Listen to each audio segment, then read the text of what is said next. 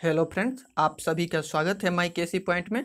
Friends, आज हम लोग देखेंगे लूसेंट जीएस फिजिक्स का प्रैक्टिस सेट नंबर 1। और इसके पहले हिस्ट्री पॉलिटी का प्रैक्टिस सेट अपलोड हो चुका है, जिसका लिंक डिस्क्रिप्शन में है, आप वहां से जाकर देख सकते हैं। इसमें जितने भी प्रश्न होंगे सभी प्रश्न यांत्रिकी से संबंधित प्रश्न होंगे और इसमें सभी प्रश्न किसी न किसी एग्जाम में पूछे गए हैं या पूछे जाने की संभावना है, वही प्रश्न दिए गए हैं। तो सभी प्रश्न आपके एग्जाम पॉइंट ऑफ व्यू से काफी महत्वपूर्ण है। आइए देखते हैं पहला प्रश्न। कार्य और ऊर्जा का मात्रक क्या है? कार्य और ऊर्जा का मात्रक जूल है। कार्य और ऊर्जा का मात्रक, इन दोनों का मात्रक जूल होता है। फ्रेंड्स, मात्रक को इंग्लिश में यूनिट कहते हैं। तो यूनिट क्या होता है? तो किसी राशि को मापने के लिए जिस मानक का उपयोग किया जाता है उसी को मात्रक कहते हैं। यह भी जान लें कि मात्रक दो प्रकार के होता है, मूल मात्रक और व्युत्पन्न मात्रक। नेक्स्ट प्रश्न है, प्रकाश वर्ष किसकी इकाई है? तो प्रकाश वर्ष एक दूरी की इकाई है। प्रकाश वर्ष दूरी की इकाई है। फ्रेंड्स, बहुत लंबी दूरियों को मापने के लिए प्रकाश वर्ष का प्रयोग किया जाता है और एक प्रकाश वर्ष इक्वल टू होता है 9.9.46 इंटू 10⁻15 मीटर होता है। और दूरी मापने की एक और सबसे बड़ी इकाई होती है जिसको पारसेक बोलते हैं। 1 पारसेक इक्वल टू होता है 3.26 प्रकाश वर्ष। नेक्स्ट प्रश्न है, उच्च वेग का एसआई मात्रक क्या है? उच्च वेग का एसआई मात्रक मैक होता है। और ये मैक होता क्या है? मैक किसे कहते हैं? तो ध्वनि की गति को मैक मात्रक माना जाता है। सामान्यतः जेट विमान इस गति पर चलने के योग्य हैं, जो कि 330 मीटर प्रति सेकंड है। नेक्स्ट प्रश्न है, तरंगधारी का एसआई मात्रक क्या है? एंगस्ट्रॉम। तरंगधारी का एसआई मात्रक एंगस्ट्रॉम है। नेक्स्ट प्रश्न है, दाब का एसआई मात्रक क्या है? दाब का एसआई मात्रक पास्कल होता है। नेक्स्ट प्रश्न है, दूरी का मात्रक क्या है? तो दूरी का मात्रक प्रकाश वर्ष होता है। और प्रकाश वर्ष दूरी मापने की बहुत लंबी दूरियों को मापने के लिए उपयोग किया जाता है इस इकाई का। और दूरी मापने की सबसे बड़ी एक इकाई होती है पारसेक।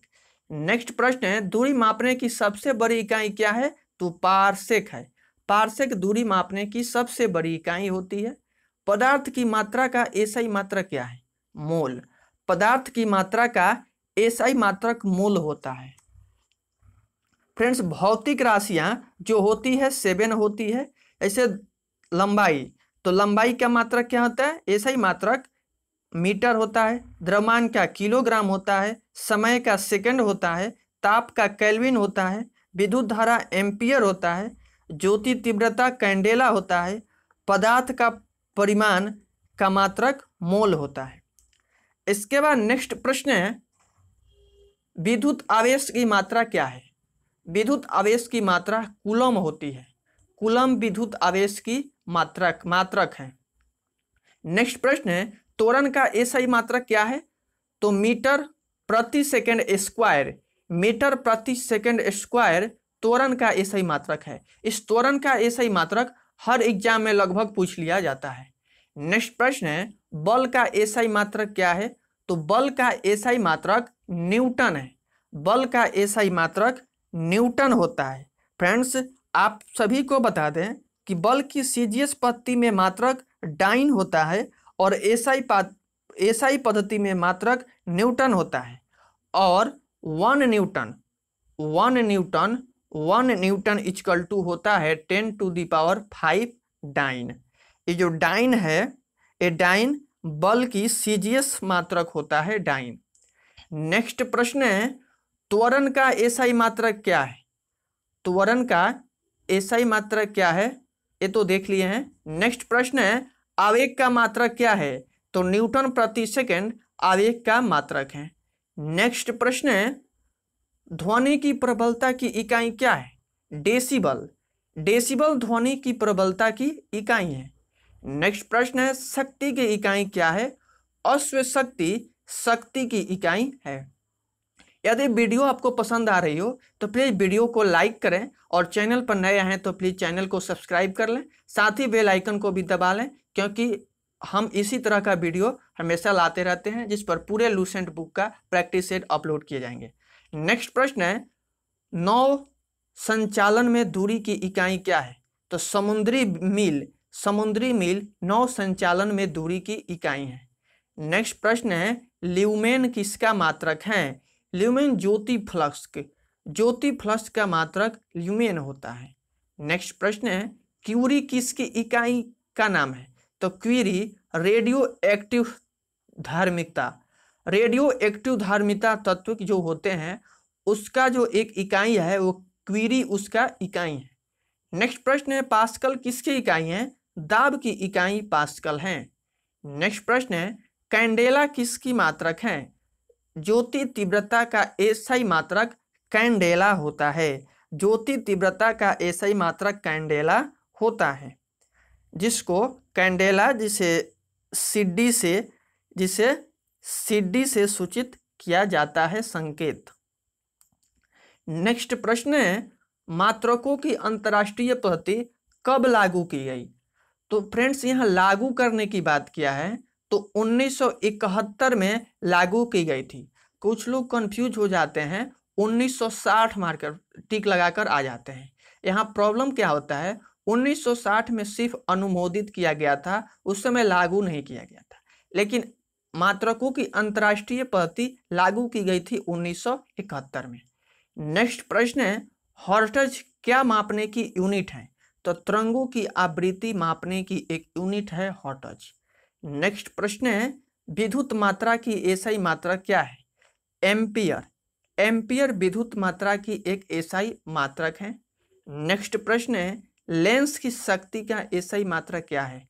डायोप्टर लेंस की शक्ति का एसआई मात्रक है। नेक्स्ट प्रश्न है, डेसिबल किसे नापने के लिए प्रयोग में लाया जाता है? वातावरण में ध्वनि को मापने के लिए डेसिबल का प्रयोग किया जाता है। नेक्स्ट प्रश्न है, एम्पियर क्या मापने की इकाई है? तो एम्पियर करंट मापने की इकाई है, अर्थात विद्युत धारा का एसआई मात्रक एम्पियर होता है। विद्युत धारा का एसआई मात्रक होता है एम्पियर। नेक्स्ट प्रश्न है, यंग प्रत्यस्तता गुणांक का एसआई मात्रक क्या है? न्यूटन प्रति मीटर स्क्वायर यंग प्रत्यस्तता गुणांक का एसआई मात्रक है। नेक्स्ट प्रश्न है, एक खगोलीय इकाई किससे संबंधित है? तो सूर्य और पृथ्वी के बीच की दूरी से एक खगोलीय इकाई संबंधित है। नेक्स्ट प्रश्न है, त्वरण ज्ञात करने का सही सूत्र क्या है? तो त्वरण को ए से सूचित किया जाता है, तो त्वरण ज्ञात करने का फॉर्मूला होता है A equal to V minus u by t. A equal to V minus u divided by t, यही त्वरण ज्ञात करने का एक फॉर्मूला है। नेक्स्ट प्रश्न है, पदार्थ के संवेग और वेग के अनुपात में कौन सी भौतिक राशि प्राप्त की जाती है? द्रव्यमान भौतिक राशि द्रव्यमान प्राप्त की जाती है। नेक्स्ट प्रश्न है,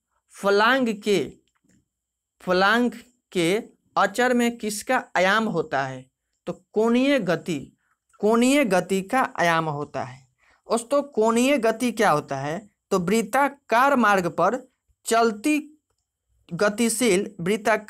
पर गतिशील कण को वृत्त के केंद्र से मिलाने वाली रेखा 1 सेकंड में जितने कोण से घूम जाती है उससे उस कण का कोणीय गति या कोणीय वेग कहा जाता है।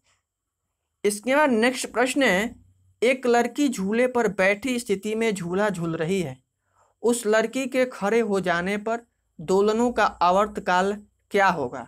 तो आवर्तकाल उसका कम हो जाएगा। नेक्स्ट प्रश्न है, घूर्णन करती एक गोल मेज पर अचानक एक लड़का आकर बैठ जाता है मेज के कोणीय वेग पर क्या प्रभाव पड़ेगा? बात निश्चित है कि जब कोई घूर्णन करती हुई गोल मेज है, उस पर कोई लड़का अचानक आकर बैठेगा तो मेज के कोणीय वेग पर जो प्रभाव पड़ेगा वह कम हो जाएगा, अर्थात उसको घूमना कम हो जाएगा, उसका कोणीय वेग एंगुलर वेलोसिटी कम हो जाएगा। नेक्स्ट प्रश्न है, यदि किसी चलती हुई वस्तु के वेग को दोगुना कर दिया जाए तो उसका गतिज ऊर्जा 4 गुना हो जाती है।